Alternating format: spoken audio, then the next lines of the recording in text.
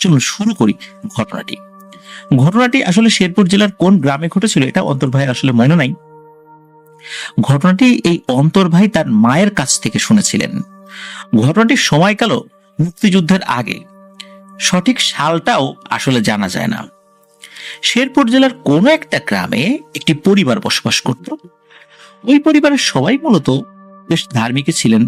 ওই পরিবারে দুই ভাই ছিলেন, একজনের নাম হাসান, যার বয়স 14 কি 15 বছর হবে, আর ছোট ভাই যে তার নাম হচ্ছে হুসাইন, তার বয়স 8 কি 9 বছর হবে। এদের বাড়ির পাশে একটা বিশাল আম বাগান ছিল। হাসান এবং হুসাইন এবং প্রতিবেশী যারা আছে, প্রতিবেশীদের বাড়িতে যে বাচ্চারা আছে, ওই বাচ্চারাও ওই আম বাগানের ভেতর আমের সিজনে আম কুড়াতে যেত। ঘটনাটি যখন ঘটে তখন কিন্তু আমের সিজন ছিল, বলতে ওই সময় আম কাঁচা ছিল, তখনও পাক ধরেনি।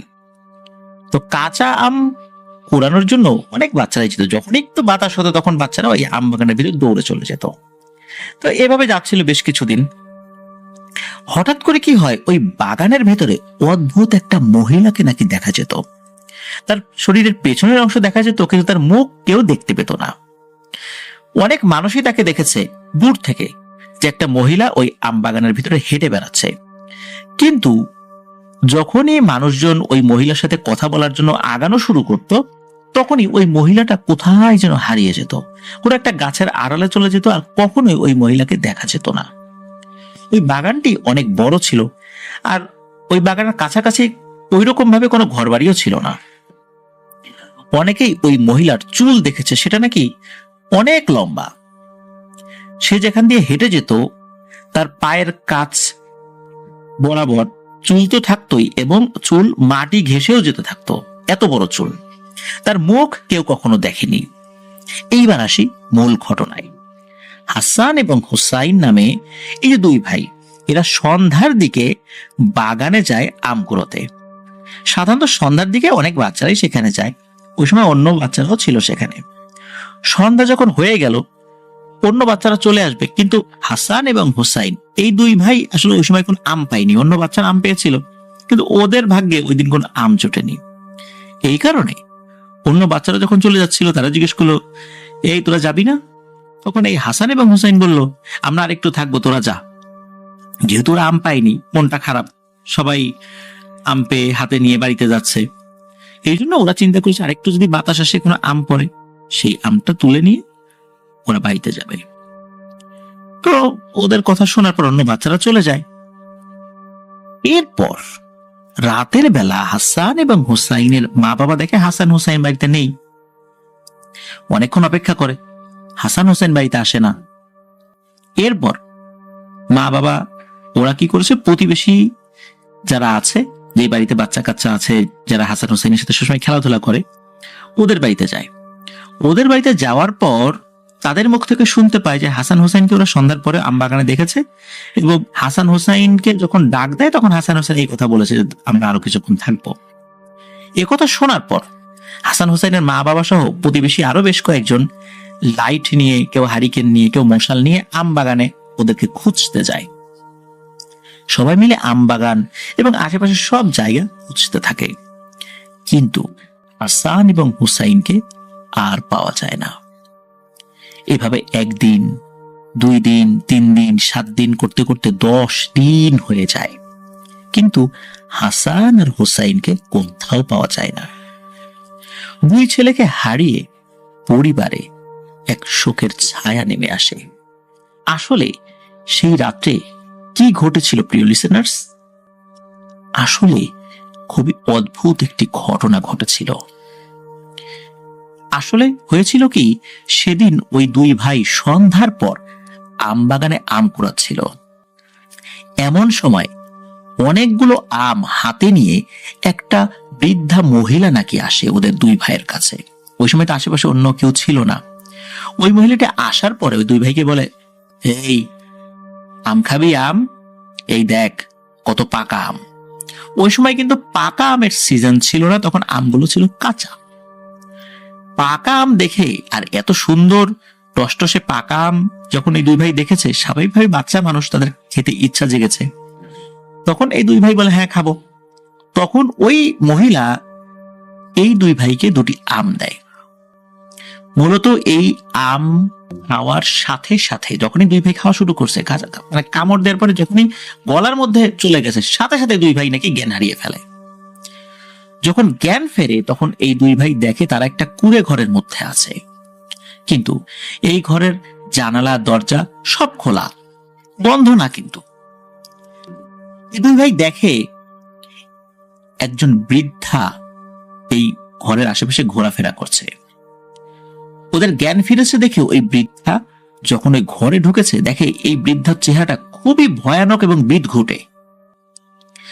ওনার চেহারা দেখে এই দুই ভাই খুবই ভয় পায়। চেহারা দেখার সাথে সাথে এই ছোট ভাইটা কান্নাকাটি শুরু করে দেয়, বলে যে আমি মায়ের কাছে যাব। আর ওই বড় ভাই বলে যে দাদি, আমাদেরকে যেখান থেকে এনেছেন ওইখানে দিয়ে আসো। তখন ওই বৃদ্ধা বলে, তোদেরকে তো দিয়ে আসার জন্য এখানে আনি নাই রে বাপু, তোদেরকে এনেছি বলি দেওয়ার জন্য। আর কিছুদিন পর নির্দিষ্ট একটা লগ্নে তোদেরকে বলি দেব আর আমার শক্তি বৃদ্ধি করব। এই কথা শোনার পর দুই ভাই কান্নাকাটি শুরু করে দেয়। তখন ওই বৃদ্ধা ধমক টমক দিয়ে কান্না থামাতে বলেন। বড় ভাই কান্না থামালেও ছোট ভাইয়ের কান্না তো আর থামে না। এর মধ্যে কি হয়, বৃদ্ধা অনেক ধরনের ফলমূল নিয়ে আসে এবং ওই দুই ভাইকে খেতেও দেয়। বড় ভাই দুই একটা ফল খেলেও ছোট ভাই কিছুই খায় না, শুধু কান্নাই করে। এটা দেখে বৃদ্ধা খুবই বিরক্ত হতে থাকে, বাচ্চাদের ধমক টমক দিতে থাকে। এভাবে একটা দিন পার হয়ে যায়। পরদিন সকালে ওই বৃদ্ধা দুই ভাইকে বলে, এই শোন, আজকে আমি অনেক দূরে যাব, তোরা কিন্তু এই কুঁড়ে ঘর থেকে বাইরে বের হবি না। তো এই কথা বলে ওই বৃদ্ধা চলে যায়। ওই বৃদ্ধা যখন চলে গেছে, ওই দুই ভাই যখন বুঝতে পারে, ওরা ওখান থেকে পালানোর চেষ্টা করে, কারণ দরজা জানালা তো সবই খোলা। ঘর থেকে বেরোনোর পরেই দেখে ওই বৃদ্ধা বাড়ির বাইরে দাঁড়িয়ে আছে। ওই বৃদ্ধাকে দেখে দুই ভাই তো খুবই ভয় পায়। তারা আবার ঘরে চলে আসে। বৃদ্ধা আবার এসে তাদেরকে ধমক ধমক দেয়, এই বলেছিলাম না বাইরে যাবি না, আবার পালানোর চেষ্টা করেছিস, কোনো লাভ নাই, পালাতে পারবি না। তো এই দুই ভাই সারাক্ষণ কান্নাকাটি করতে থাকে। যতই ওই বৃদ্ধা ছোট ভাইকে ধমক টমক দেয় বা বোঝায়, কিন্তু ছোট ভাই বলে আমি মায়ের কাছে যাব, আমি বাড়িতে যাব। তো এভাবে চলে যায় আর একটা দিন। তৃতীয় দিন ওই বৃদ্ধা বলে, আজকে আমি বাড়ির কাছেই থাকবো, তোরা কিন্তু ঘর থেকে কেউ বের হবি না। এই বলে বৃদ্ধা চলে যায়। এরপর সেই দিন বৃদ্ধা অনেক দেরি করে নাকি আসে। এইভাবে 7 থেকে 8 দিন যাওয়ার পর বড় ভাই বুঝতে পারে এই বৃদ্ধা যেদিন কাছে থাকার কথা বলে সেই দিন অনেক দেরি করে আসে, আর যেদিন বলে অনেক দূরে যাব সেদিন নাকি কাছাকাছি থাকে। তোরা বুঝতে পারে যে কোন দিন পালাতে হবে।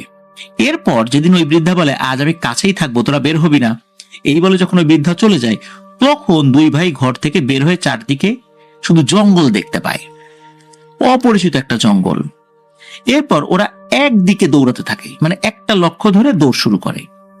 কিন্তু ওরা যতই দৌড়াক না কেন, ঘুরে ঘুরে বারবার ওই কুঁড়ে ঘরের কাছেই ওরা চলে আসে।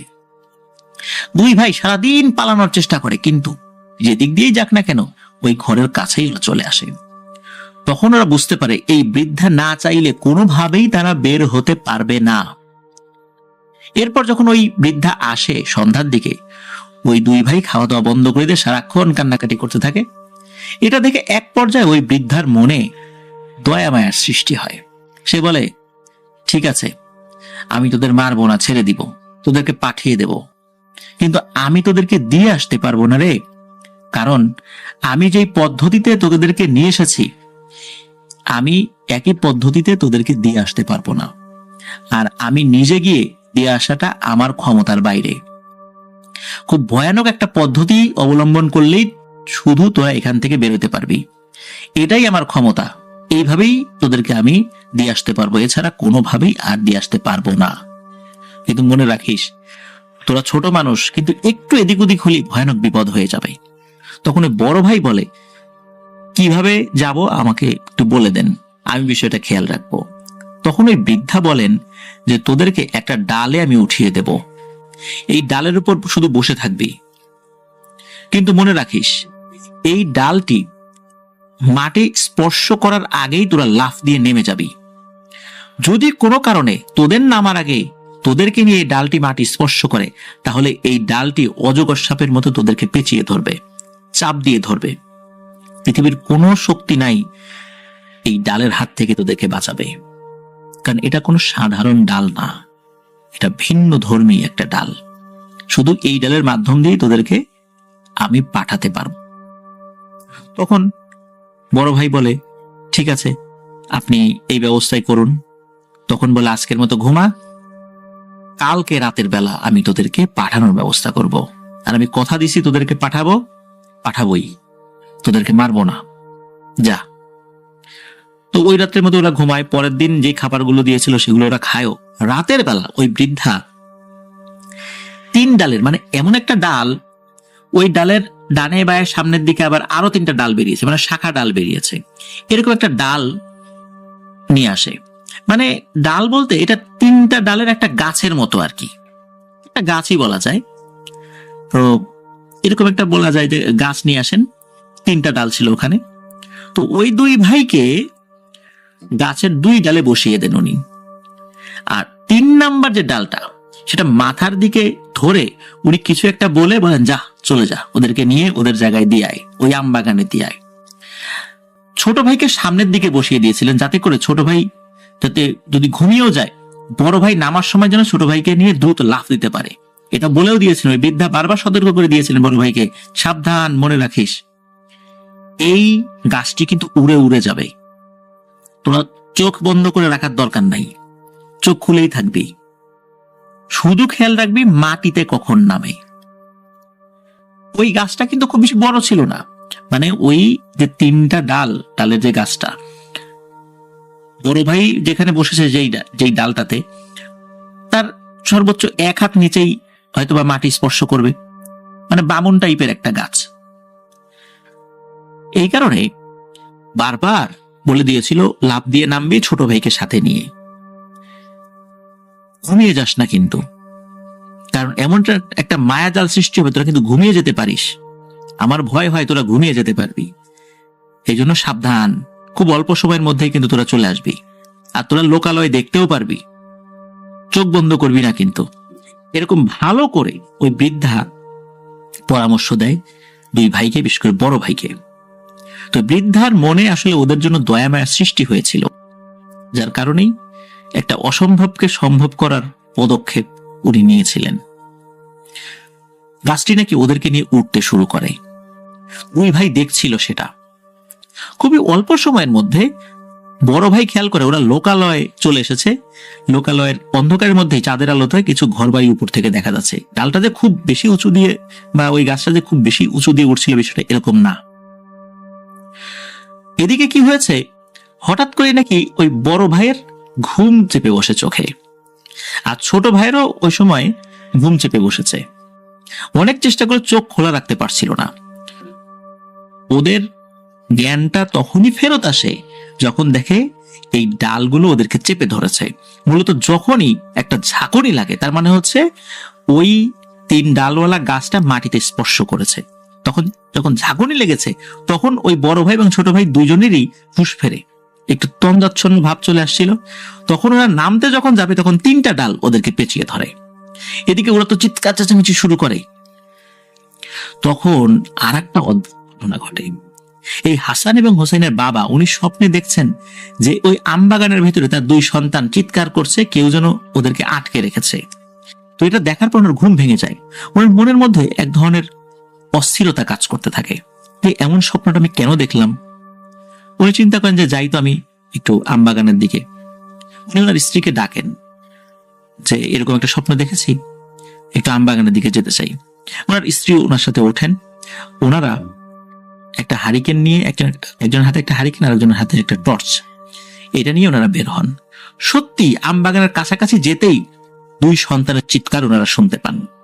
দ্রুত ওখানে যান, গিয়ে দেখেন একটি ডাল, ওই ডালটা 2 সন্তানকে অদ্ভুতভাবে পেঁচিয়ে মাটির সাথে লাগিয়ে রেখেছে এবং আস্তে আস্তে তাদেরকে নাকি চাপ দিচ্ছে। এটা দেখার পর ওনারা তো চিৎকার চেঁচামেচি শুরু করেন। ওনাদের চিৎকারে আশেপাশের লোকজন চলে আসে, যে যার মতো ওই দুই সন্তানকে বাঁচানোর জন্য চেষ্টা করতে থাকেন। অদ্ভুত ব্যাপার হলো, ওই ডালটা কাটার জন্য যে যতই চেষ্টা করুক না কেন চেষ্টা সফল হচ্ছিল না। ডালটা কাটার জন্য যত ধারালো দা বা কুড়াল দিয়ে আঘাত করা হোক না কেন, ওই কুড়াল নাকি ভোঁতা হয়ে যাচ্ছিল, ধারালো অংশ ভেঙে যাচ্ছিল। তারপরে যতটুকু কাটতেও যদি সক্ষম হয় কিছুটা অংশ, ওরা নাকি আবার ঠিক হয়ে যাচ্ছিল। কোনোভাবেই ওদেরকে বের করা যাচ্ছিল না, আর ডাল আস্তে আস্তে ওদেরকে চাপ দিয়ে ধরছিল।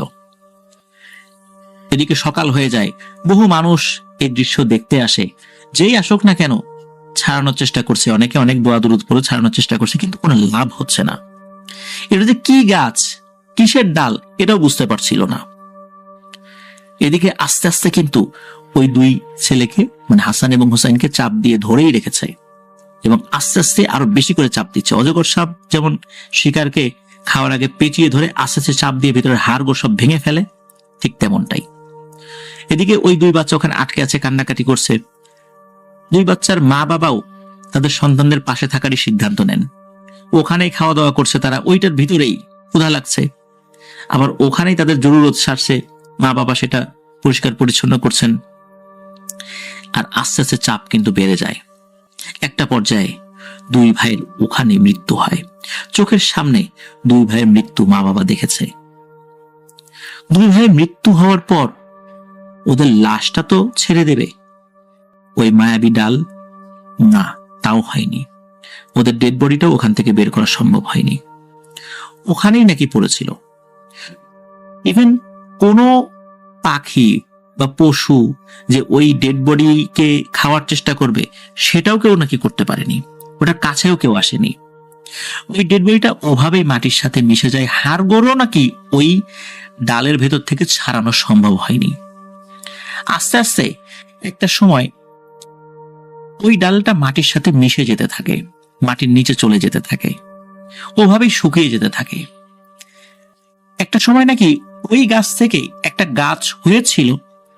2010 সালের দিকে এক ঝড়ে ওই গাছটি উপড়ে যায়, ওখানেই শুকিয়ে গাছটি মাটির সাথেও মিশে যায়।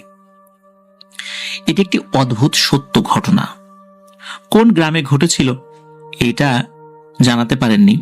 যদি ওই এলাকার কেউ ওই গ্রামের নাম জেনে থাকেন তাহলে কিন্তু আমাদের কমেন্ট সেকশনে জানাতে পারেন প্রিয় লিসেনার্স। সত্যি অদ্ভুত এক ঘটনা। ঘটনাটি কতটুকু ভয়ের আমি বলতে পারবো না। হাফিজ ভাই এখন যে ঘটনাটি আমাদেরকে শেয়ার করার জন্য দিয়েছেন, তো এই ঘটনাটি হাফিজ ভাইকে দিয়েছেন আলমগীর চাচা। আলমগীর চাচাকে আপনাদের কাছে নতুন করে পরিচয় করিয়ে দেওয়ার কিছু নেই বলে আমার মনে হয়। কারণ হচ্ছে আপনাদের সকলের কাছে খুবই জনপ্রিয়তা পাওয়া সেই ঐতিহাসিক দিলু মিয়ার ঘটনা। যদিও বা ঘটনাটির শিরোনাম ছিল রহস্যময় কারাগার, কিন্তু রহস্যময় কারাগার বললে অনেকেই ঘটনাটি সম্পর্কে বুঝতে পারেন না। সবাই দিলু মিয়ার ঘটনা বলেই ওই ঘটনাটি আসলে এমন ভাবে আপনারা নিজেরাই প্রচার করেছেন যে মূল ঘটনাটি, মানে শিরোনামটি হারিয়ে গেছে, ঘটনাটি দিলু মিয়ার ঘটনা নামে পরিচিতি পেয়ে গেছে। তো এই যে দিলু মিয়ার ঘটনাটি যিনি আমাদেরকে দিয়েছিলেন এই আলমগীর চাচা, ওনার একটি ভিডিও কিন্তু হাফিজ ভাই ইতোমধ্যে আপলোড করেছেন, যে একটি বাঁশবাগানের কাছে গিয়ে একটি ভিডিও করা হয়েছিল।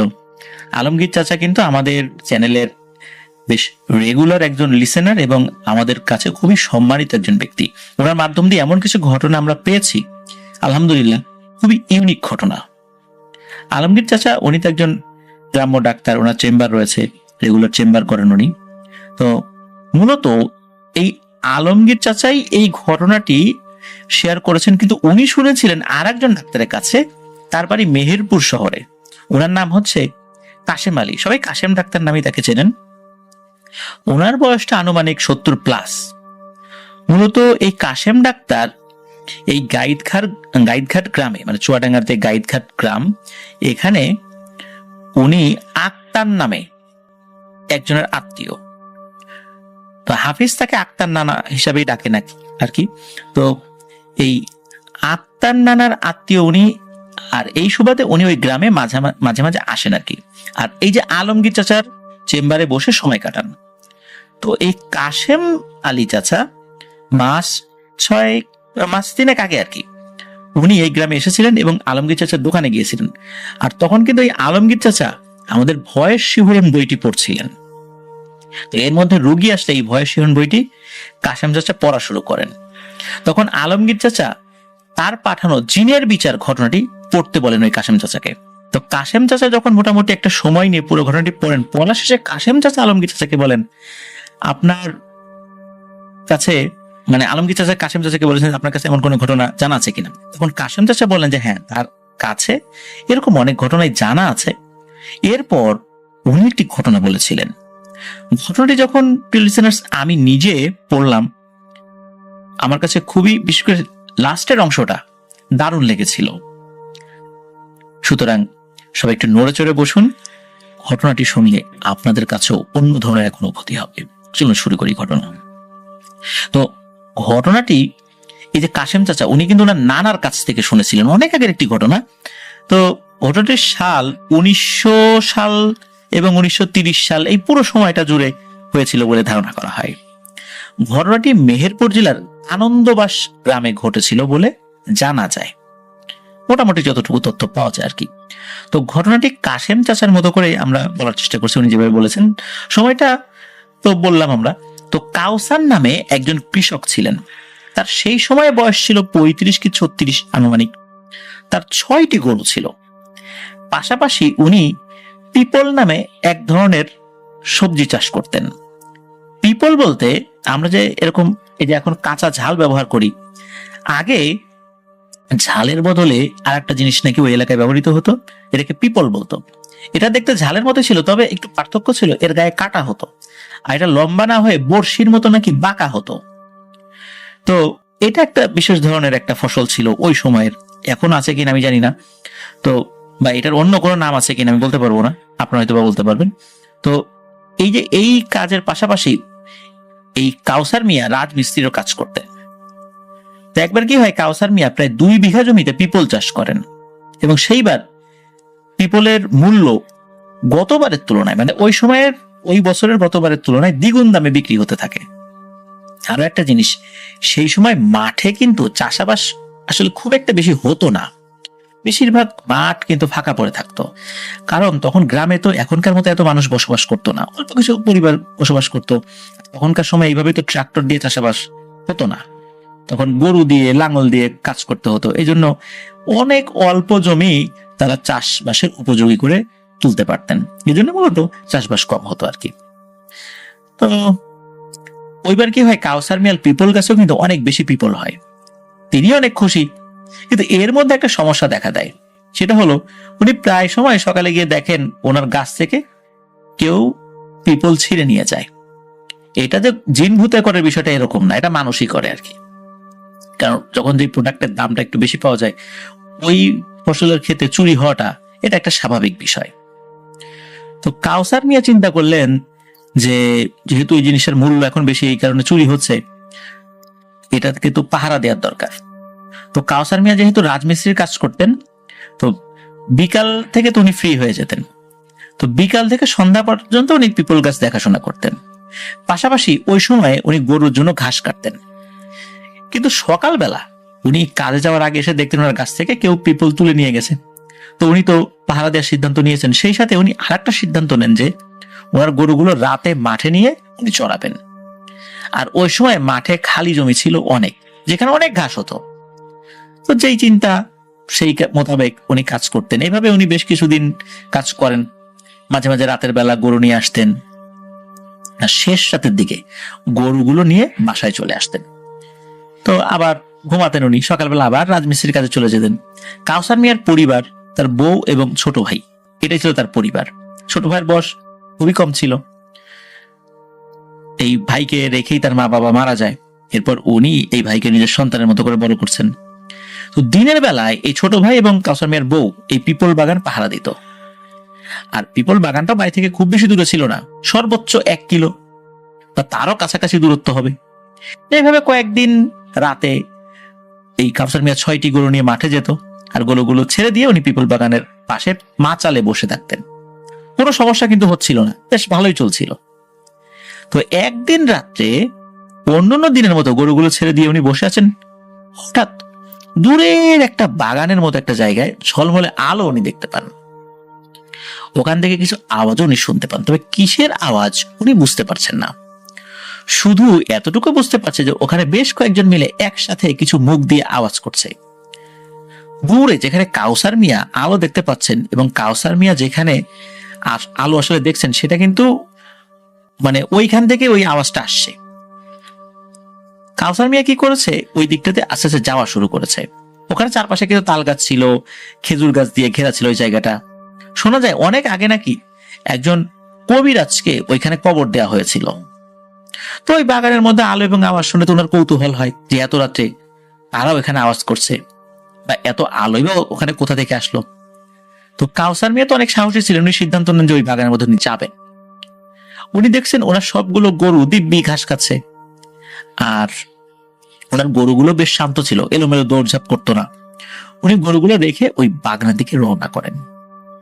ওই বাগানটা পিপলের জমি থেকে খুব বেশি দূরে ছিল না, উনি কয়েক মিনিট হাঁটার পরই ওই বাগানের ভেতরে পৌঁছান।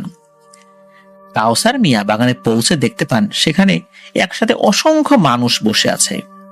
আর আমরা যেমন জিকির করি গোল হয়ে বসে, ঠিক তেমন করে ওরা মাটির দিকে মুখ করে বসে জিকির করছে। কিন্তু ওরা যে কি ভাষায় এই জিকির করার মতো আওয়াজ করছে বা আদতে সেটা জিকির কিনা এইটা কিন্তু বোঝা যাচ্ছে না, যে আসলে ওরা কি ভাষাটা ইউজ করছেন। মূলত কোন অ্যারাবিক শব্দ ওরা ইউজ করছেন, এটা কাউসার মিয়া বুঝতে পারেন। ওরা যতটুকু আরবি জ্ঞান ছিল, নামাজ কালাম পড়তেন, কোরআন তেলাওয়াত করতেন, সেই হিসাবে উনি বুঝতে পেরেছিলেন। আর ওইখানে এত আলো যে দিনের আলোর মতো সব স্পষ্ট দেখা যাচ্ছে, কিন্তু আলোর উৎসটা যে কি এটা বোঝা যাচ্ছে না। কাউসার মিয়া আরো দুটো জিনিস খেয়াল করেন, যে এরা লম্বায় সাধারণ মানুষের থেকে অনেক ছোট, বামন আকৃতির।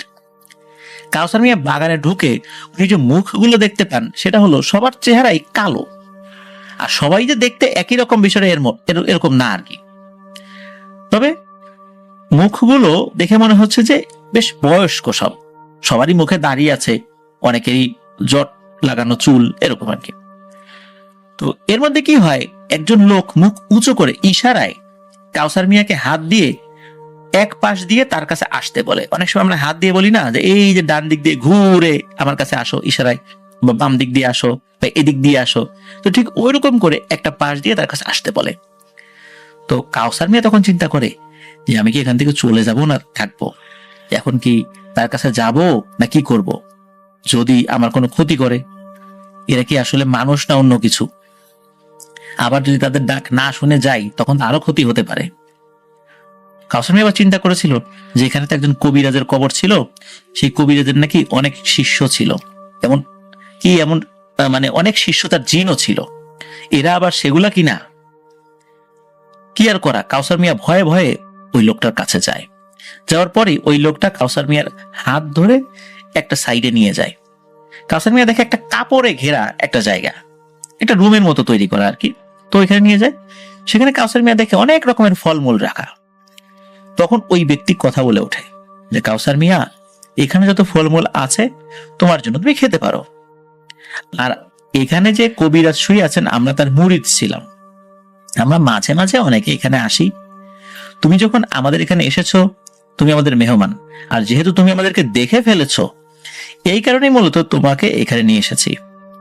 একথা বলে একটা আংটি বের করে ওই লোকটা, বের করার পর এটা কাউসার মিয়ার হাতে দিয়ে বলে, এটা স্বর্ণের একটা আংটি, আমরা তোমাকে একটা উপহার দিলাম, কিন্তু এই আংটির কথা আর এখানে আসার কথা তুমি অবশ্যই কাউকে বলবে না, আর আমাদেরকে ওয়াদা করো এটা কাউকে বলবে না। কারণ গ্রামের আরো মানুষ যদি জেনে যায় যে আমরা এখানে আসি, তাহলে অনেক দুষ্টু তান্ত্রিক কবিরাজরা আমাদেরকে বন্দী করার চেষ্টা করতে পারে, আমাদের ক্ষতি করতে পারে। তো এই কথা বলে ওই ব্যক্তি, আর কাউসার মিয়াকে খেতেও বলে। কাউসার মিয়া ওই রুমে একা একা খেতে থাকে। কাউসার মিয়াও তাদেরকে প্রতিশ্রুতি দেয় যে কাউকে বলবে না। তবে কাউসার মিয়ার একটা অনুভূতি হয়, সেটা হলো কাউসার মিয়া দেখছে, হাঁটছে, খাচ্ছে, মনে হচ্ছে সে স্বপ্নের মধ্যে করছে, কিন্তু শরীরের উপর তার আসলে কোনো নিয়ন্ত্রণ সে পাচ্ছিল না। তো তার খাওয়া দাওয়া চলছে, একটা পর্যায়ে মনে হয় তার পেট ভরে গেল, হঠাৎ করে মনে হলো চারদিকে অন্ধকার হয়ে গেল। একটা আলোকিত ঘরের মধ্যে যদি হঠাৎ করে ইলেকট্রিসিটি চলে যায়, আলো বন্ধ হয়ে যায় তখন কেমন হয়? হঠাৎ করে মনে হলো সেখানে ইলেকট্রিসিটি চলে গেল, আলো নাই, অন্ধকার। হুট করে আলোর মধ্যে যদি অন্ধকার চলে আসে তখন ওই অন্ধকারের জিনিসগুলো আস্তে আস্তে দেখতে হলে কিছুটা তো চোখে অন্ধকারটা সইয়ে নিতে হয়। কিছু সময় পর কাউসার মিয়ার চোখে কিছুটা ওই অন্ধকারটা সয়ে যায়। তখন উনি বুঝতে পারেন উনি একটা বাগানের ভেতরে আছে, আর আশেপাশে উনি আর কাউকে দেখতে পাচ্ছেন না। ওইদিকে কাউসার মিয়ার গরুর যে ডাক এটা উনি শুনতে পাচ্ছেন, যে দূরে গরু ডাকছে, তার গরু।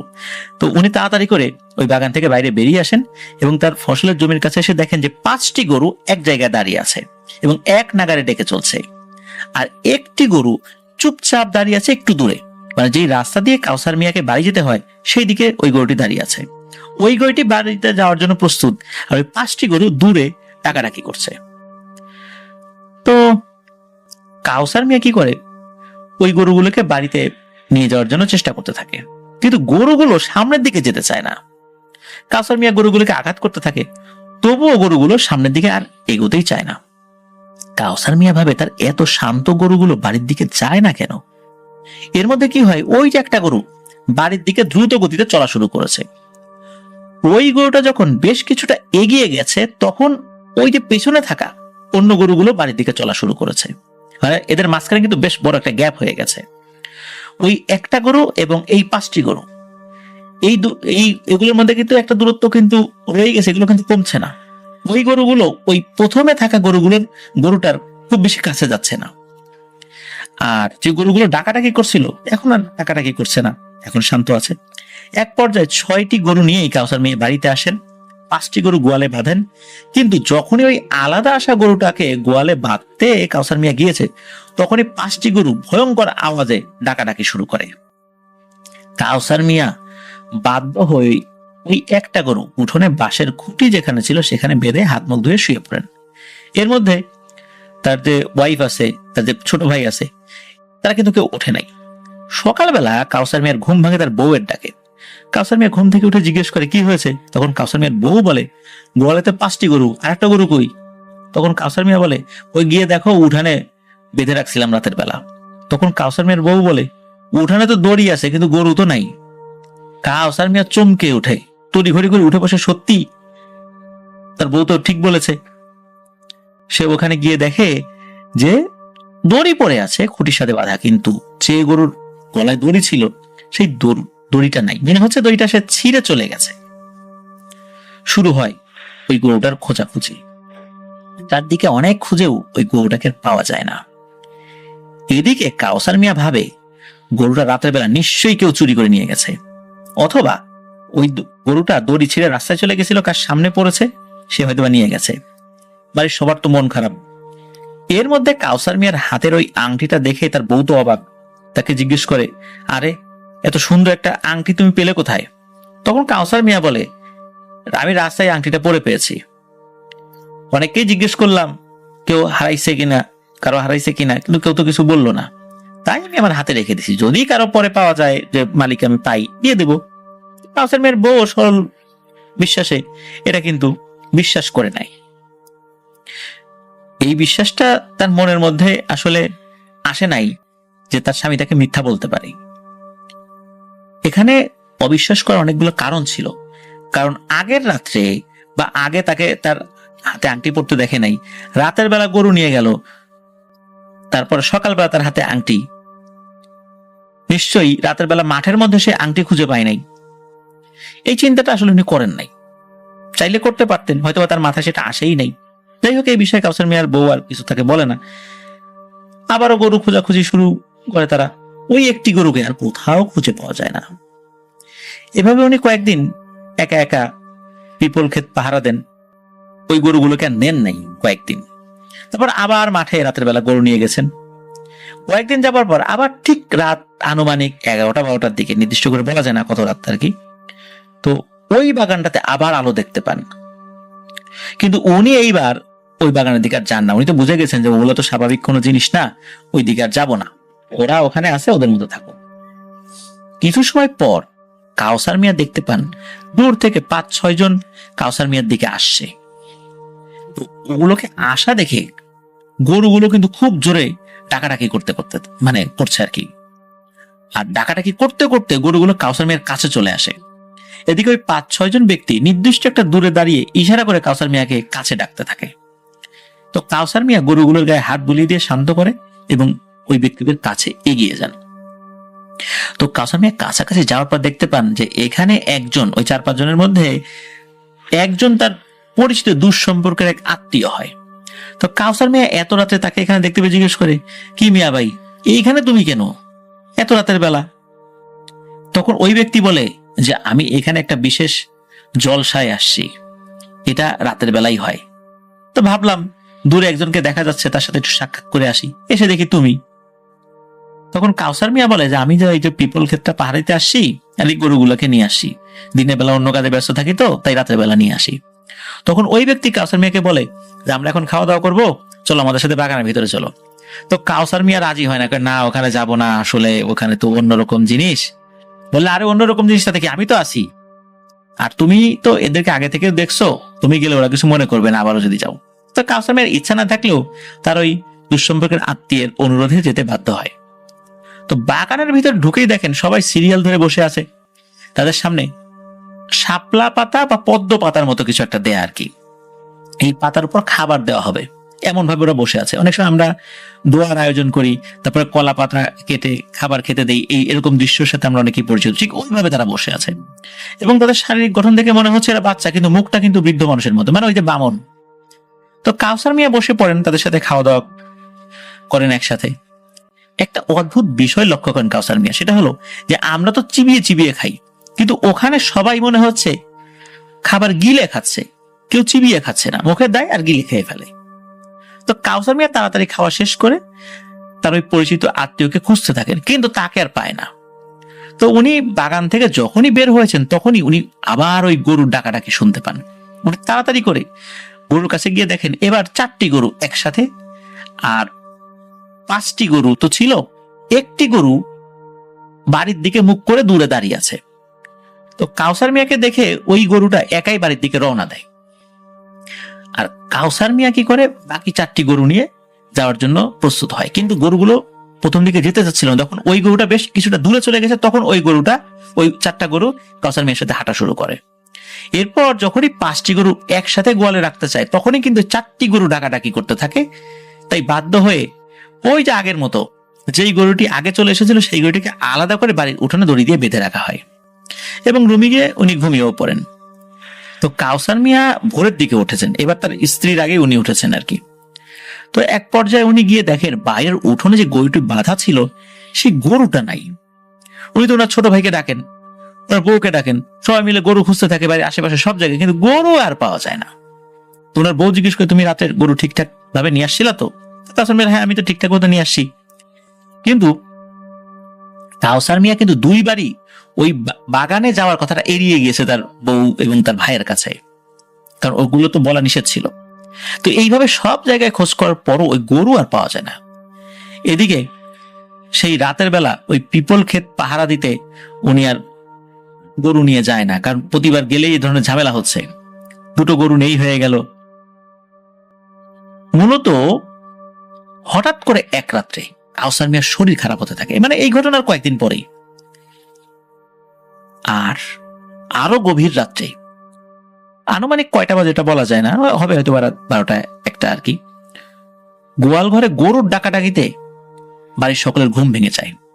তো কাউসার মিয়া এবং তার বউ বাড়ির বাইরে গিয়ে দেখে গত রাতে হারানো, কয়েকদিন আগে হারানো একটি গরু তাদের উঠোনে দাঁড়িয়ে আছে, মানে শেষ যে গরুটা হারিয়ে গিয়েছিল ওইটা দাঁড়িয়ে আছে।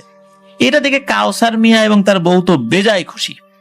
কাউসার মিয়া গোয়াল থেকে দড়ি এনে গরুর গলায় বেঁধে ওই 4টি গরুর সাথে বেঁধে রাখে। ওই গরুগুলো খুব ডাকাডাকি করছিল, কিন্তু কাউসার মিয়া বিন্দু মাত্র কর্ণপাত করে নাই, কারণ ওই ডাকাডাকি শুনেই তো গরু বাইরে বেঁধে রেখে গরু হারিয়ে গিয়েছিল। এখন আর সেই সব বিষয়ে কোনো কর্ণপাত করছে না, সে বাসায় এসে শুয়ে পড়েছে। আর মাঝরাতে হঠাৎ করে কি হয়েছে, কাউসার মিয়ার রক্ত বমি শুরু হয়েছে। ওনার তো অবস্থা খুব খারাপ, তাজা রক্ত বের হচ্ছিল গলা থেকে। এদিকে কাউসার মিয়ার বউ কলে পানি আনতে গিয়েছে যে কাউসার মিয়ার মাথায় দিবে বলে। এমন সময় খেয়াল করে যে গোয়ালের মধ্যে মনে হচ্ছে কি যেন একটা শব্দ হচ্ছে। তো পানি আনতে গিয়ে উনি গোয়ালের কাছে গিয়ে দেখে কি যে গোয়ালে 2টা গরু নাই, মানে ওই যে গরুটা ফেরত এসেছিল সেটা সহ কিন্তু 5টি গরু ছিল, কিন্তু এখন দেখাচ্ছে ওখানে 3টি গরু আছে। তো উনি ওই কথা তার স্বামীকে বলার সাথে সাথে কাউসার মিয়া সেও উঠে গিয়ে দেখে ওই অবস্থাতেই সত্যি 2টি গরু নাই। এতে কাউসার মিয়া খুব বিরক্ত হয়ে বলে যে গরু যায় যাক, এখন আর খুঁজতে হবে না, আগে আমার মাথায় পানি দেওয়া, মেয়েকে বাঁচি। এদিকে কি হয়েছে, কাউসার মিয়াকে বাসায় রেখে তার বউ এবং তার ছোট ভাই আশেপাশে খুঁজতে বের হয় ওই রাত্রেই, কিন্তু খুঁজে পায় না। দিনের বেলা খুঁজতে থাকে, বেলা বাড়তে থাকে। এদিকে কাউসার মিয়াও কিন্তু আরো অসুস্থ হতে থাকে, তার বমি কিন্তু কিছুক্ষণ পর পর হচ্ছিল। ওই গ্রামের পাশের গ্রামে একজন জাদ্রেল কবিরাজ থাকতো, তার কাছে নিয়ে যাওয়া হয়। ওই কবিরাজ নাকি খুবই ভালো আর খারাপদের জন্য এক মূর্তমান আতঙ্কের নাম। এই কারণেই সবাই তাকে জাদ্রেল কবিরাজই বলতো, মানে তার নামই পরিচিত হয়ে গেছিল জাদ্রেল কবিরাজ নামে। তো কাউসার মিয়ার বমির সাথে তাজা রক্ত দেখে ওই কবিরাজ কাউসার মিয়াকে জিজ্ঞেস করে, এই ঠিক ঠিক করে বলো তো, গত কয়েকদিনে রাতের বেলা তুমি কি কি খাইছো? তো কাউসার মিয়া বাসায় যা যা রান্না হয়েছে সেইগুলাই বলে, এবং তার বউ বলে যে ও কি এগুলাই খাইছে? কাউসার মিয়ার বউ বলে হ্যাঁ, ও তো এগুলাই খাইছে। তখন ওই কবিরাজের কিছু একটা সন্দেহ হয়, তখন বলে যে তোমরা কাউসার মিয়ার সাথে যারা যারা আসে এখানেই বসো, আমি ওকে একটু একা নিয়ে যাচ্ছি আর একটা জায়গায়, ওর সাথে কথা বলবো। কবিরাজ কাউসার মিয়াকে অন্য একটা রুমের ভিতরে নিয়ে যায়। সেখানে গিয়ে কাউসার মিয়াকে বলে, কাউসার মিয়া সত্যি করে বলো, আমার দৃঢ় বিশ্বাস তুমি আমার কাছে কিছু লুকাচ্ছ, আর তুমি আমার কাছে যদি সত্যি কথা না বলো তাহলে কিন্তু তোমার বড় ক্ষতি হতে পারে। আর এরপর তুমি যদি আমার কাছে আসো, আমি তোমার কোনো চিকিৎসাই করবো না, তোমার মুখও আমি দেখবো না। কবিরাজের মুখে এইসব কথা শুনে কাউসার মিয়া কিন্তু সব ঘটনা খুলে বলে। কাউসার মিয়ার মুখে এই কথা শুনে কবিরাজ তো অবাক। কবিরাজ বলে, তুমি জানো কি তুমি একটা ভয়ানক এবং মারাত্মক পিশাচের খপ্পরে পড়েছো? তোমার যে রক্তবমি হচ্ছে কারণ তুমি যে খাবার খেয়েছো এটা তারই প্রভাব। তুমি প্রথম দিন যে ফল খেয়েছো সেটা জিন মানুষ সবাই হজম করতে পারে, এই জন্য তোমার সাথে কিছু হয় নাই। কিন্তু পরের বার তুমি যে মাংস দিয়ে খাবার খেয়েছো এটা আসলে এক ধরনের বড় পাহাড়ি ইঁদুর, এটা দুষ্টু জিনেরা খায়, বিশেষ করে বামন জিনদের এরা খুব প্রিয় জিনিস। আর এটা খাওয়ার ফলেই এটার প্রভাব ধীরে ধীরে তোমার শরীরে পড়েছে। তোমাকে মায়াজাল সৃষ্টি করে ওই বাগানে নিয়ে যেত, আর এইদিকে তোমার একটি গরু নিয়ে যেত একটা পিশাচ, ওই গরুটা খেয়ে ফেলতো। ফিরে এসে তুমি একটা গরু যে আলাদা দেখতে পেতে, মূলত ওই পিশাচটা ওই গরুর রূপ ধরে থাকতো, তুমি যদি বুঝতে না পারো। কিন্তু তোমার গরুগুলো কিন্তু বুঝতে পারতো। ওই গরুগুলো ওই পিশাচকে দেখে ভয় পেয়ে এমন ডাকাডাকি করতো। কয়েক রাত আগে ওই পিশাচটি আবার হারিয়ে যাওয়া গরুর রূপ ধরে এসে তোমাকে ধোঁকা দিয়েছে। তোমার উঠোনে এসে দাঁড়ায়, তাকে তুমি গরু মনে করে তুমি অন্য গরুর সাথে বেঁধে রেখেছো, সুযোগ বুঝে সে সাথে করে আরো একটা গরু নিয়ে হাওয়া হয়ে গেছে। তুমি 3টি গরুর অল্প অল্প কিছু অংশ এখনো ওই বাগানে পাবা, ওরা ওই গরুটা খুব মজা করে খেয়েছে। তখন কাউসার বলে, ওরা যে আমাকে একটা স্বর্ণের আংটি দিয়েছে, এটা কি? এই যে দেখেন আংটি।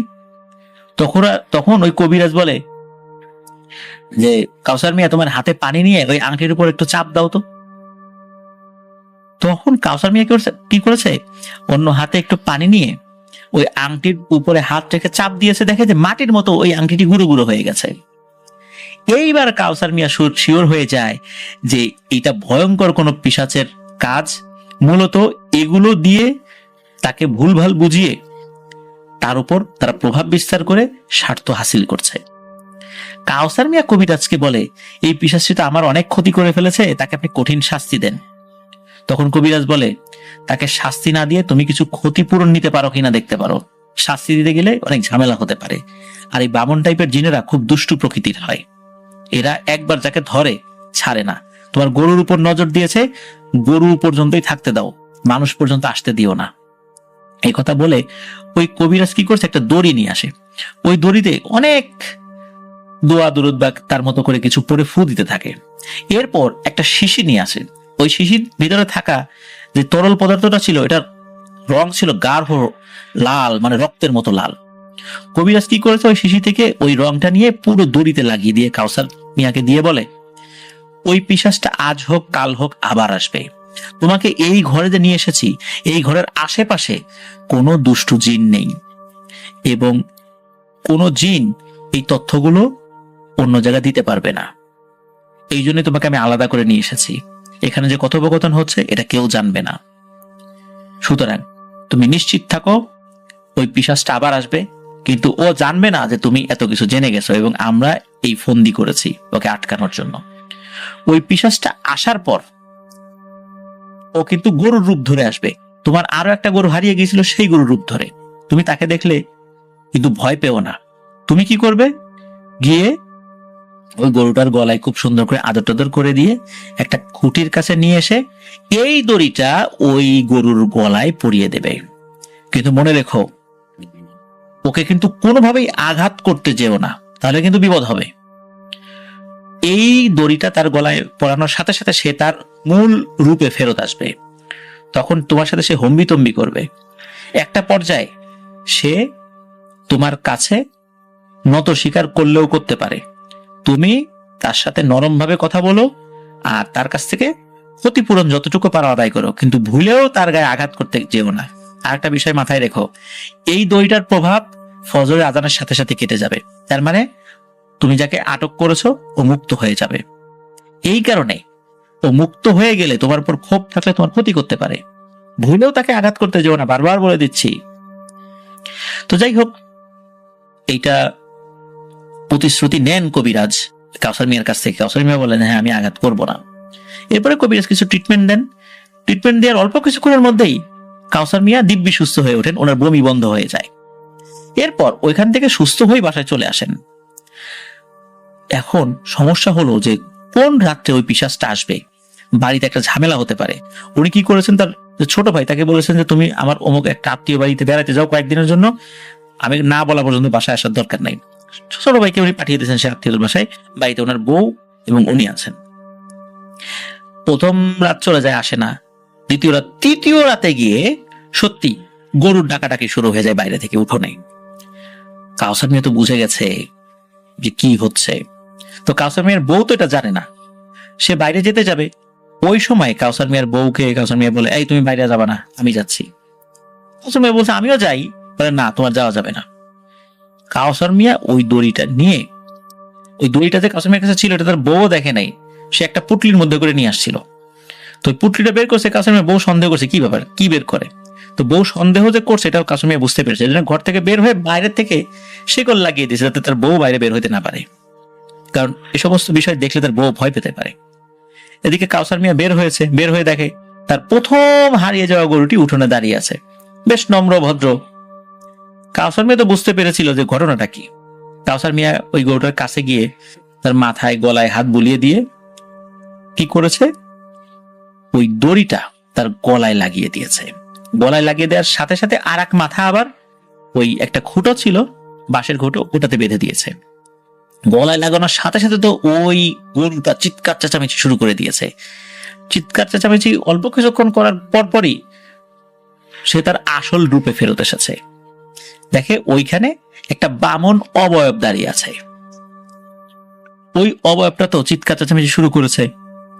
ওই অবয়বটার বিশাল লম্বা চুল, মানে তার দেহের থেকেও বড় চুল, নখগুলো অনেক লম্বা, তার চেহারাটা বৃদ্ধদের মতো বিভৎস টাইপের। ওই অবয়বটা বলে, এক্ষুনি এই দড়িটা আমার গলা থেকে খুলে দেয়। আর কাউসার মিয়া বলতে থাকে, তোকে তো আমি মুক্ত করে দিব, তুই আমার 3টা গরু ফেরত দে। তখন বামন পিশাচ বলে, আমরা যেটা কারো কাছ থেকে নেই সেটা আর ফেরত দেই না। তোর সবগুলো গরুর উপর নজর পড়েছে, তোর বাকি গরুগুলোকেও আমি খেয়ে ফেলবো। আর ওই 3টা গরু খাওয়া হয়ে গেছে, ফেরত দেওয়ার তো প্রশ্নই আসে না। তখন কাউসার মিয়া বলে, ঠিক আছে তুই গরু দিতে পারবি না, ভালো কথা, আমার ক্ষতিপূরণ দে, আমি তো গরিব মানুষ, এই গরু পুষে আর কিছু চাষাবাদ করি, এইভাবে আমার সংসার চলে। তুই এবার 3টা গরুকে মেরে ফেললি, এর ক্ষতিপূরণ তোকে দিতেই হবে। আর তোর ধর্ম কি মানুষের ক্ষতি করার শিক্ষা দেয়? তখন ওই বামন পিশাচটা বলে ওঠে, তুই হয়তো বা জানিস না আমি কোনো ধর্মের অনুসারী নই, আর তুই এক্ষুনি আমার দড়ি খুলে দে, না হলে কিন্তু বাকি গরুর সাথে তোরও ক্ষতি করব।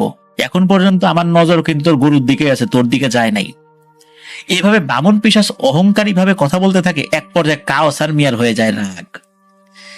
একটা বাঁশের লাঠি নিয়ে ওই বামন পিশাচকে বেধড়ক পিটাতে থাকে, মারতে থাকে, জিজ্ঞেস কর, তুই আমার ক্ষতিপূরণ দিবি কিনা বল। ওইদিকে বামন পিশাচ বলে, আমি তোর ক্ষতিপূরণ দেব না, তবে এতদিন শুধু তোর গরুর ক্ষতি করছি, আজ তোকেও আমি ক্ষতি করব। আজ থেকে তোর দিকে আমার নজর গেল, তোকে আমি ভয়ঙ্কর কষ্ট দিয়ে মারব। তো এই কথা শুনে কাউসার মিয়ার আরো রাগ হয়ে যায়। সে যতক্ষণ তার শরীরে শক্তি ছিল, মানে দুর্বল হয় নাই, ওই বামন পিশাচকে ইচ্ছা মতো পিটাইছে।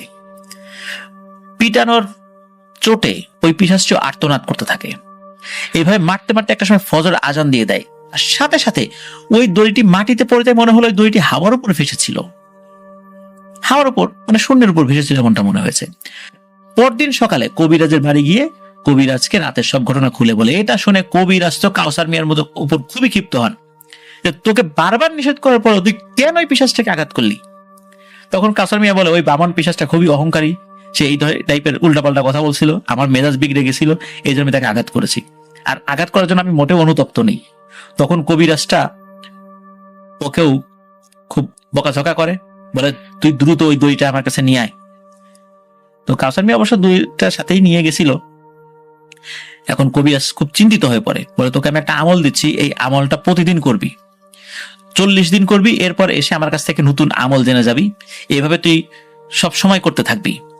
আর রাতের বেলা তুই বাইরে বের হবি না, রাতের বেলা বাইরে বের হলে ওই বামনটা কিন্তু আবার আসবে, আবার এসে তোর ক্ষতি করবে।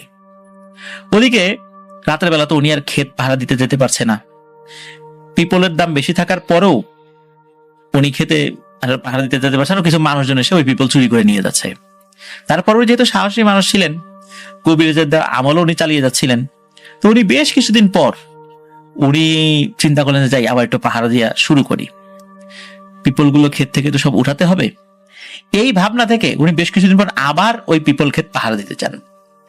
স্বাভাবিকভাবে উনি কি করেছেন, একটা বড় একটা দা আর ব্যাগ সাথে নিয়েছেন। উনি ক্ষেত পাহারা দিচ্ছেন, পাশাপাশি পিপল গুলো তুলছেন, ওই রাতের বেলা মানে তুলছেন আর কি, ব্যাগে করে তুলছেন আর দা সাথে রেখেছেন। তো দাটা আবার কি করেছে, উনি ওরা যে বসার যে একটা মাচানের মতো আছে ওইখানে রেখেছিলেন। তো পিপল তুলছেন, পিপল তুলতে তো হঠাৎ করে পেছন থেকে একটা ভয়ঙ্কর হাসির শব্দ কাউসার মিয়া শুনতে পায়। তো উনি পেছন দিকে ঘুরে দেখে ওই বামন পিশাচটি দাঁড়িয়ে আছে। বামন পিশাচটি হাসি থামিয়ে ভয়ঙ্কর ভাবে তার দিকে তাকিয়ে থাকে। কাউসার মিয়া তো দা খুঁজতে থাকে। তখন তো মনে হয় যে ও আমি তো দাটা ওই মাচারে রেখে এসেছি। উনি ব্যাগ ফেলে মাচারের দিকে দৌড় দিয়েছে। এমন সময় পিশাচটি এক লাফে কাউসার মিয়ার সামনে গিয়ে পরে আর কাউসার মিয়ার গলা চেপে ধরে। কাউসার মিয়া কিন্তু অনেক শক্তিশালী ছিল, সেও ওই বামন পিশাচটির গলা চেপে ধরে। এক পর্যায়ে দুজনে ক্ষেতের ভিতরে পড়ে যায় এবং ধস্তাধস্তি শুরু হয়। ওই বামন পিশাচটা কাউসার মিয়ার শরীরে কামড় দিতে যাচ্ছে, তখনই নাকি ওই জিনিসটা দূরে ছিটকে চলে যায়, মানে তার শরীর থেকে চলে যায়। কাউসার মিয়া একটা নির্দিষ্ট আমল করতো, যার কারণে ওই জিনিসটা ওইভাবে তার উপর চড়াও হতে পারছিল না। এভাবে বেশ কিছু সময় ওই বামন পিশাচটি কাউসার মিয়ার উপরে অনেকবার আক্রমণ করার খুব ভালো মতো সুযোগ পেল, কাউসার মিয়ার তেমন কোনো ক্ষতি করতে পারেনি। এর মধ্যেই কাউসার মিয়া যখন একটু সুযোগ পাচ্ছিল, ওই দায়ের কাছাকাছি চলে যাচ্ছিল। একটা পর্যায়ে এসে চলেও যায়, দাটা তার হাতে চলে আসে। তখনই ব্রাহ্মণ পিশাচটি বলে ওঠে, আজকেও তোকে শেষ করতে পারলাম না রে, তবে তোর পেছন কিন্তু আমি ছাড়বো না, মনে রাখিস। যত বছরই হোক, যত সময়ই হোক, তোর মৃত্যু অবধি আমি তোর পিছনে লেগেই থাকবো। সুযোগ পেলেই আমি আমার সর্বশক্তি দিয়ে তোর উপর আক্রমণ করব। মনে রাখিস, আমাকে আঘাত করার শাস্তি আমি কিন্তু তোকে দেব। তো কাউসার মিয়া উনি তো বুঝতে পারেন যে আমল করার কারণে আল্লাহর রহমতে তার শরীরে বড় ধরনের ক্ষতি করতে না পারলেও এখানে খুব বেশিক্ষণ থাকা ঠিক হবে না। সে দা হাতে নিয়ে ক্ষেতের মাছ থেকে ব্যাগটা নিয়ে বাড়ির পথে রওনা দেয়। সেই সময় বামন পিশাচটা তার পিছু পিছু আসতেও থাকে আর বলতে থাকে, কি রে কাউসার, তোর এত সাহস শক্তি, তো দাটা রেখে আয়, আর একবার লড়াই করি। তো কাউসার বলে, সেদিনকার মারের কথা কি ভুলে গেছিস? তুই আমার ক্ষতি করে আবার আমাকেই হুমকি দিচ্ছিস, তুই আমার পথে আর আসিস না। তখন আবার বামন পিশাচ বলে ওঠে, তোর গরুর চেয়েও তোর অবস্থা খুব ভয়ঙ্কর হবে, মনে রাখিস। কাউসার মিয়া বলে ওঠে, আজকে যখন তুই আমার কোনো ক্ষতি করতে পারিস নাই, আল্লাহর রহমতে ইনশাল্লাহ তুই আর ক্ষতি করতে পারবিও না। সৃষ্টির সেরা জীব মানুষ, মানুষ সম্পর্কে তোর কোনো ভালো ধারণাই নেই। তো এভাবে কথা বলতে বলতে একসময় কাউসার মিয়া বাড়ির কাছাকাছি চলে আসেন। তখন পিছন দিকে তাকিয়ে দেখেন সে পিশাচটি আর নেই। বাড়ি এসে তার বউকে দরজা খুলতে বলে। দরজা খুলে তার বউকে বলে সব কথা। এদিকে তার বউ মানে সে ফিল করে যে কাউসার মিয়ার শরীর থেকে খুবই দুর্গন্ধ বের হচ্ছে। তখন কাউসার মিয়াকে গোসল করিয়ে আবার ঘরে ওঠায়। পিপল চুরি হলেও রাতে আর কখনো উনি মাঠে যান নাই। এরপর কেটে যায় প্রায় 10 বছর। এর মধ্যে ওই বামনটির সাথে দৃশ্যমান ভাবে আর কখনো দেখা হয়নি। উনিও রাতের বেলা খুব একটা বের হন নাই। কাউসার মিয়া ওই বামনের কথা প্রায় ভুলেই গেছে। এদিকে ওই কবিরাজের আমলগুলো উনি আর করেন না। একদিন কি হয়েছে, তার ছোট ভাইয়ের শ্বশুর বাড়ি, ছোট ভাই তো বড় হয়ে গেছে, তাকেও বিয়ে দিয়েছে, ছোট ভাইয়ের শ্বশুর বাড়ি থেকে ঘোড়ার গাড়ি করে সন্ধ্যার সময় উনি ফিরছিলেন। হঠাৎ করে জোরে বৃষ্টি শুরু হয়। বেশ সময় ধরে বৃষ্টি হয়, রাস্তায় গাড়ি চলাচলের কোনো অবস্থাই ছিল না। তখন গাড়ি থেকে নেমে ওনাকে কয়েক কিলোমিটার ওই কাদা রাস্তার উপর হাঁটতে হবে। কি আর করা, ওই সিদ্ধান্ত নিয়ে আস্তে আস্তে বাড়ির দিকে যাবেন। তখন রাত অনেক বাজে। আর 1910 সাল বা এরও পরের সময় রাত 8টা বাজুক আর 9টা বাজুক বা সন্ধ্যার পরে হোক, তখন কিন্তু অনেক রাত। তো কাউসার মিয়া একটা জায়গায় আসেন যার পাশে একটা খাল এবং আর এক পাশে ঘন জঙ্গলের মধ্যে একটা মাটির রাস্তা। এরপর বৃষ্টি হয়েছে, খুব দেখে শুনে পা ফেলতে হচ্ছে, একটু এদিক ওদিক হলেই আছাড় খেয়ে পড়ে যেতে হবে। হঠাৎ করে ওনার সামনে আচমকা একটা সাদা কাপড়ে মোড়ানো লাশ কাদার উপর শোয়ানো উনি দেখতে পান। এটা দেখে তো কাউসার মিয়া চমকে যান। লাশটির যে পায়ের অংশ এবং মাথার অংশ এমন ভাবে আড়াআড়ি ভাবে রাস্তার উপরে শোয়ানো যে রাস্তা পার হতে গেলে ওই কাফনে মোড়ানো লাশের উপর দিয়ে যেতে হবে। আগে পিছিয়ে যে দৌড় দিবে সে সুযোগ নেই, কারণ রাস্তায় যে কাদা সৃষ্টি হয়েছে, পা টিপে টিপে এগিয়ে যাওয়া যায়, কোনোভাবেই দৌড় দেওয়া যায় না। জোরে হাঁটা তো এটাও সম্ভব না। কাউসার মিয়া বুঝতে পারে না যে এখানে আসলে লাশ আসলো কিভাবে, উনি কি করবেন। হঠাৎ করে কি হয়েছেন, উনি মানে পা টিপে টিপে একটু পেছন দিকে যাওয়ার চেষ্টা করেছেন, আচমকা উনি কাদার মধ্যে পড়ে যান। পড়ার সাথে সাথে ওনার 2 পায়ে উনি টান অনুভব করেন। কাউসার মিয়া পায়ের দিকে তাকিয়ে দেখেন যে তার 2 পায়ের সাথে চুল পেঁচানো, বড় বড় চুল পেঁচানো। এই পায়ের সাথে চুল পেঁচিয়ে কোনো একটা অবয়ব তাকে টানছে। চুল, এটা যে চুল, দড়ি না, এটা উনি বুঝতে পেরেছিলেন। উনি দেখেন যে কোন একটা অবয়ব বামন আকৃতির তার মাথার চুল দিয়ে পেঁচিয়েছে এবং ওই অবয়বটা সামনের দিকে যাচ্ছে আর কাউসার মিয়াকে হিড় করে টেনে নিয়ে যাচ্ছে কাদার মধ্যে দিয়ে।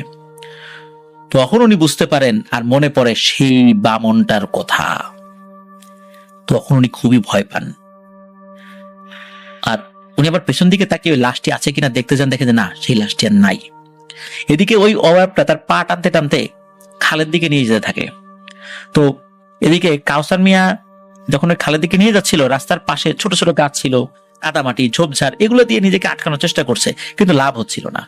একটা পর্যায়ে খালের কাছে নিয়ে আসতেই কাউসার মিয়া সে দেখে যে ওই অবয়বটা তার উপরে আক্রমণ করেছে। এতদিন কিন্তু কাউসার মিয়া অনেকটা ভুলেই গিয়েছিল তার কথা, 10 বছর তো কম সময় না। তো কাউসার মিয়া সামনে ওই অবয়বটা ভয়ঙ্কর ভাবে হাসতে থাকে। তখন কাউসার মিয়া বুঝতে পারে যে এই রাস্তায় এসে জীবনের সবচেয়ে বড় ভুলটি উনি করেছেন। আজকেই হয়তো তার জীবনের শেষ দিন। বামন ওই পিশাচটি খালের কাছে নিয়ে এসে কাউসারের গলা টিপে ধরে, কিন্তু কাউসার মিয়ার পা বামন পিশাচের চুল দিয়ে তো বেঁধে রাখার কারণে প্রতিরোধ করার মতো শক্তি উনি পাচ্ছিলেন না। তারপরও যতটুকু সম্ভব বাঁচার জন্য ওই বামন পিশাচের সাথে উনি লড়াই করে যাচ্ছিলেন। একটা পর্যায়ে কাউসার মিয়া ওই বামন পিশাচের মাথার অনেকগুলো চুল ছিঁড়ে হাতের মুঠোয় নাই, মূলত ইচ্ছাকৃত ভাবে না, ওই আক্রমণ করার কোনো কিছু করতে পারছিলেন না, চুল ছেঁড়ার চেষ্টা করছিলেন। যখনই কিছুটা চুল ছিঁড়ে তার হাতের মুঠোয় চলে আসে, ঠিক সাথে সাথে তার পায়ের বাঁধন খুলে যায় আর ওই পিশাচটি বলে ওঠে, এই কাউসার, আমার চুল দে আমাকে, খবরদার চুলটা তোর হাতে রাখিস না, আমাকে দিয়ে দে, তোকে আমি কিচ্ছু বলবো না, তোর আর কোনো ক্ষতি করবো না, এটা আমাকে দিয়ে দে। এই কথা শোনার সাথে সাথে কাউসার মিয়া বুঝতে পারে এই পিশাচটা থেকে বাঁচার একটা রাস্তা আল্লাহ তাআলা তাকে করে দিয়েছে। কাউসার মিয়া বলে, তুই আমাকে আগে বাড়ি পর্যন্ত পৌঁছে দিয়ে আয়, তাহলে আমি তোর চুল তোকে দিয়ে দেব। ওই পিশাচটা রাজি হয়। কাউসার মিয়া তাড়াতাড়ি করে খাল থেকে রাস্তায় ওঠে, দেখে সুন্দর একটা ঘোড়া দাঁড়িয়ে আছে আর বামন ওই পিশাচটি ঘোড়া থেকে একটু সামনে দাঁড়িয়ে আছে।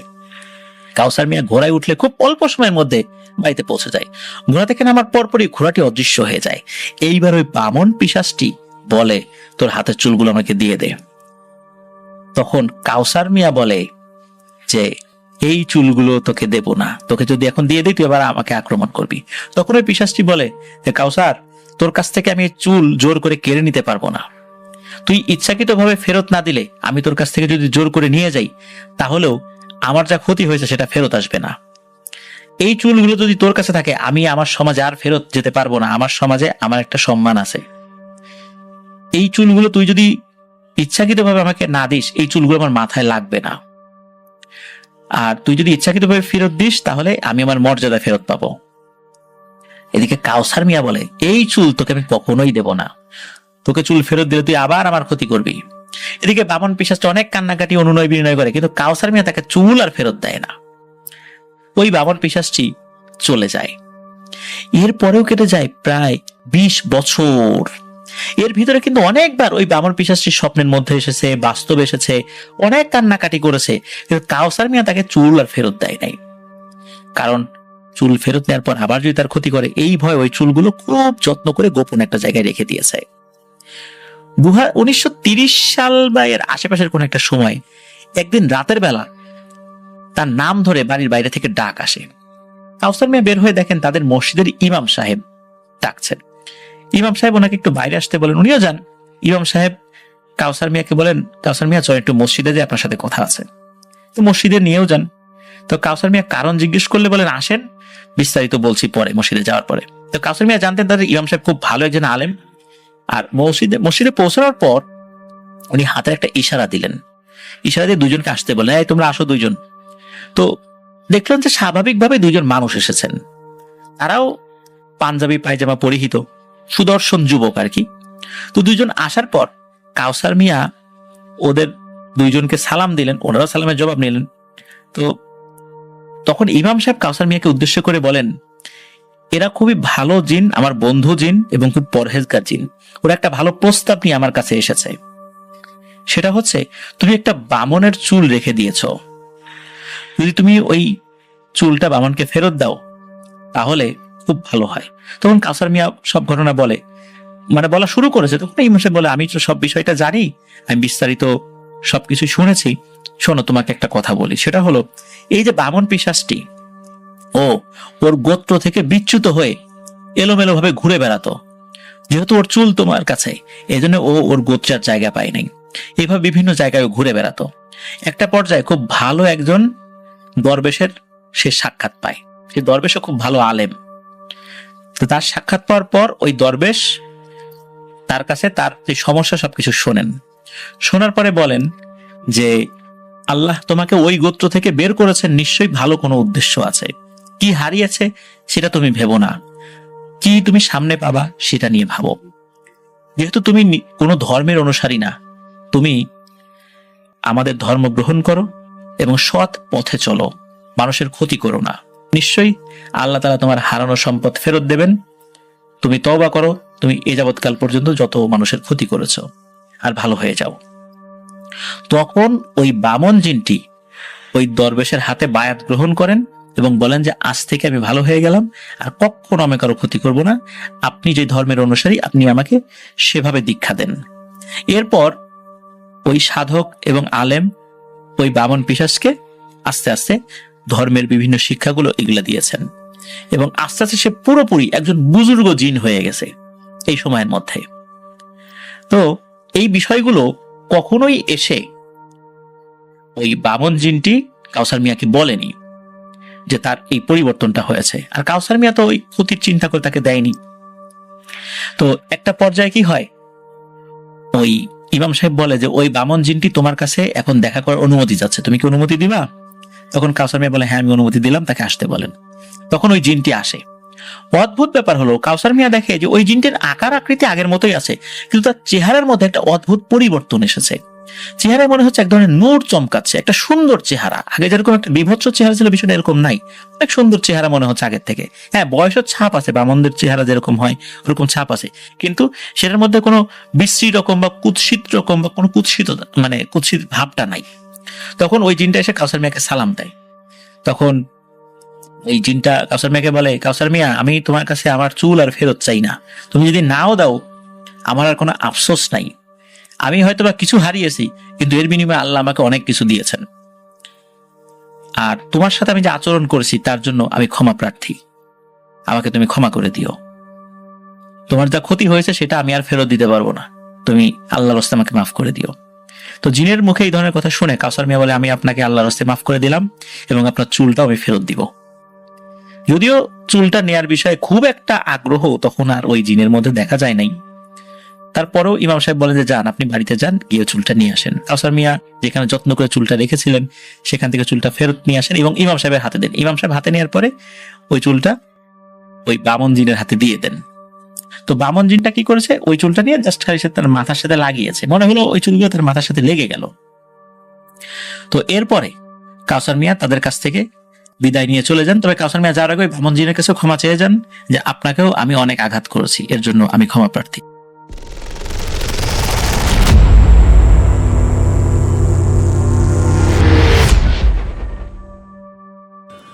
আজ আমি আমার জীবনের একটি ঘটনা শেয়ার করতে যাচ্ছি। এই ঘটনাটি ঘটেছিল কয়েক বছর আগে। অনেক দিন কাউকে কিছু বলিনি, কারণ আমি নিজেই বুঝতে পারিনি সেদিন আসলে আমার সঙ্গে কি ঘটেছিল। এখনও যখন সেই রাতের কথা মনে পড়ে, বুকের ভেতরটা কেমন যেন ঠান্ডা হয়ে যায়। সঙ্গত কারণে এলাকা এবং আমার আসল নাম আমি প্রকাশ করতে পারছি না। ধরে নিতে পারেন আমি ময়মনসিংহ বিভাগের একটি স্বনামধন্য উপজেলার বাসিন্দা। আমাদের এলাকায় অসংখ্য মিল ও ফ্যাক্টরি রয়েছে, তাই অধিকাংশ মানুষই কোনো না কোনো ফ্যাক্টরিতে চাকরি করেন। আমিও তাদেরই একজন।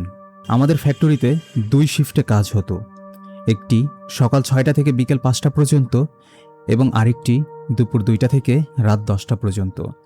ঘটনাটির আগের দিন ছিল শুক্রবার। সেদিন আমার বি শিফট ছিল। রাত 10টার পর কাজ শেষ করে বাসায় ফিরতে ফিরতে অনেক রাত হয়ে যায়। খাওয়া দাওয়া করে বিছানায় শুয়ে মোবাইল দেখছিলাম। পরের দিন আবার সকালের শিফট ছিল বলে তাড়াতাড়ি ঘুমানোর ইচ্ছে ছিল, কিন্তু মোবাইল দেখতে দেখতে কখন যে ঘুমিয়ে পড়েছিলাম নিজেও বুঝতে পারিনি। হঠাৎ এক সময় ঘুম ভেঙে গেল। চোখ খুলেই মনে হলো সর্বনাশ হয়ে গেছে, নিশ্চয়ই দেরি হয়ে গেছে, অফিসে যেতে হবে। চারপাশে তখন ঘন অন্ধকার। ঘরের ভেতর এমন নিস্তব্ধতা যেন পুরো পৃথিবী ঘুমিয়ে আছে।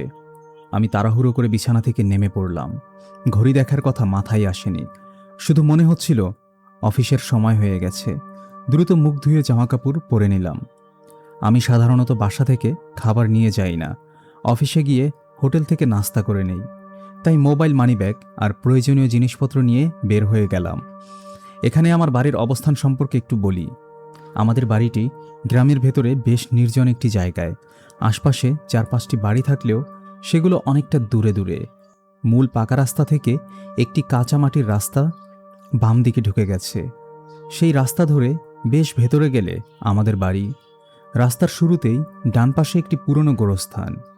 গোরস্থানের পরেই বিশাল এক আম বাগান। অত্যন্ত 20 থেকে 25টি পুরনো আম গাছ দাঁড়িয়ে আছে সেখানে। দিনের বেলাতেও জায়গাটা অদ্ভুত নির্জন লাগে, আর রাতের বেলা তো কথাই নেই। গ্রামের বয়স্ক মানুষদের মুখে ছোটবেলা থেকেই শুনে আসছি ওই আম বাগান আর গোরস্থান নিয়ে নাকি অনেক গল্প আছে। তবে আমি এসব কখনো বিশ্বাস করতাম না, সেদিনও করিনি। আমি দ্রুত হেঁটে যাচ্ছিলাম। চারপাশে এত অন্ধকার ছিল যে নিজের হাতও ঠিকমতো দেখা যাচ্ছিল না। আকাশে চাঁদ ছিল না, বাতাসও যেন থমকে ছিল। হাঁটতে হাঁটতে গোরস্থানের কাছে পৌঁছালাম, আর তখনই প্রথম অস্বাভাবিক ব্যাপারটি চোখে পড়ল। রাস্তার পাশে একটি রিকশা দাঁড়িয়ে আছে। আমি থমকে গেলাম। এই রাস্তায় দিনের বেলাতেও রিকশা পাওয়া যায় না। গ্রামের পরিচিত কয়েকজন মানুষ ছাড়া বাইরের কেউ এখানে আসে না। আর তখন তো গভীর রাত। তবু অফিসে দেরি হয়ে যাচ্ছে ভেবে আর কিছু চিন্তা করলাম না। আমি বললাম, মামা সদরে যাবেন? রিকশাওয়ালা কোনো কথাই বলল না, শুধু ধীরে ধীরে মাথা নাড়ল। আমি উঠে বসলাম। তখন রিকশাটি চলতে শুরু করলো। কিছু দূর যাওয়ার পর আমি আবার বললাম, মামা এত রাতে এখানে কি করছিলেন? কোনো উত্তর নেই। আমি আবার বললাম, আপনি কি যাত্রী নামিয়ে ফিরছিলেন? তবুও কোনো উত্তর এলো না। অদ্ভুত ব্যাপার হলো, পুরো পথ জুড়ে অন্তত 4-5 বার কথা বলছিলাম, কিন্তু লোকটি একবারের জন্য মুখ খোলেনি। তার চেয়েও ভয়ঙ্কর বিষয় ছিল অন্য কিছু। রিকশার চাকায় কোনো শব্দ হচ্ছিল না। কাঁচা রাস্তার উপর দিয়ে চলার সময় সাধারণত ঝাঁকুনি লাগে, শব্দ হয়, কিন্তু মনে হচ্ছিল রিকশাটি মাটির ওপর নয়, বাতাসের ওপর ভেসে চলছে। কয়েক মিনিটের মধ্যেই আমি পাকা রাস্তায় পৌঁছে গেলাম। সেখানে নেমে ভাড়া দিতে গিয়ে দেখলাম লোকটি আগেই ঘুরে দাঁড়িয়েছে। আমি পকেট থেকে টাকা বের করতে করতে বললাম, মামা ভাড়া নেন। কিন্তু সামনে তাকিয়ে দেখি কেউ নেই, রিকশাও নেই। আমি হতভম্ব হয়ে চারপাশে তাকালাম। রাস্তা ফাঁকা, যেন কয়েক সেকেন্ড আগেও সেখানে কিছু ছিল না। সেদিনও বিষয়টি মাথায় ঢোকেনি। নিজেকে বুঝিয়েছিলাম হয়তো তাড়াহুড়োর মধ্যে ঠিকমতো খেয়াল করিনি। এরপর সিএনজি স্ট্যান্ডে পৌঁছালাম। আরেকটি অদ্ভুত ঘটনা আমার জন্য অপেক্ষা করছিল। পুরো স্ট্যান্ডে মাত্র একটি সিএনজি দাঁড়িয়ে আছে। সাধারণত ফজরের আগে ওই এলাকায় কোনো সিএনজি পাওয়া যায় না, চালকেরা তখনও ঘুমিয়ে থাকে। আমি কাছে যেতেই চালক নিজে থেকেই বলল, যাবেন নাকি ভাই? আমি বললাম, অফিসে যাব। সে সঙ্গে সঙ্গে বলল, উঠে পড়েন। আমি হতবাক হলাম, কারণ সাধারণত একজন যাত্রী নিয়ে কেউ এত দূর যায় না, আরও যাত্রী ওঠার অপেক্ষা করে। কিন্তু সে কেন অপেক্ষা করলো না? আমি একাই উঠলাম। সিএনজি চলতে শুরু করলো। রাস্তায় তখন একটিও মানুষ ছিল না, একটিও দোকান খোলা ছিল না, একটা গাড়িও ছিল না। তবু মনে হচ্ছিল সিএনজি অস্বাভাবিক দ্রুত গতিতে ছুটছে। আমি কয়েকবার চালকের দিকে তাকিয়েছিলাম। লোকটির মুখ স্পষ্ট দেখা যাচ্ছিল না। মনে হচ্ছিল কুয়াশার মতো কিছু তার মুখ ঢেকে রেখেছে। একসময় অফিসের সামনে পৌঁছে গেলাম। আমি নেমে ভাড়া দিলাম। চালক টাকা হাতে নিয়ে শুধু আমার দিকে একবার তাকালো। সেই চোখ দুটো আজও ভুলতে পারিনি। অস্বাভাবিক ফ্যাকাশে, কেমন যেন প্রাণহীন। আমি অফিসের সামনে নেমে পকেট থেকে ভাড়া বের করতে যাব, ঠিক তখনই মোবাইলের অ্যালার্ম বেজে উঠল। শব্দটা শুনে আমি বিরক্ত হয়ে মোবাইল বের করলাম, কারণ আমার ধারণা ছিল আমি অনেক দেরি করে ফেলেছি। নিশ্চয়ই এখন 6টা বাজতে চলেছে। কিন্তু অ্যালার্ম বন্ধ করতে গিয়ে মোবাইলের স্ক্রিনে চোখ পড়তেই আমার বুকের ভেতরটা ধক করে উঠল। সময় দেখাচ্ছে রাত 3টা 28 মিনিট। আমি কয়েক সেকেন্ড স্থির হয়ে দাঁড়িয়ে রইলাম। মনে হলো হয়তো মোবাইলের সময় নষ্ট হয়ে গেছে। আবার দেখলাম না, সময় সত্যিই 3টা 28। আমার মাথা ঝিমঝিম করতে শুরু করলো। আমি তো ঘুম থেকে উঠে তাড়াহুড়ো করে বের হয়েছিলাম প্রায় 3টা 5 মিনিটে।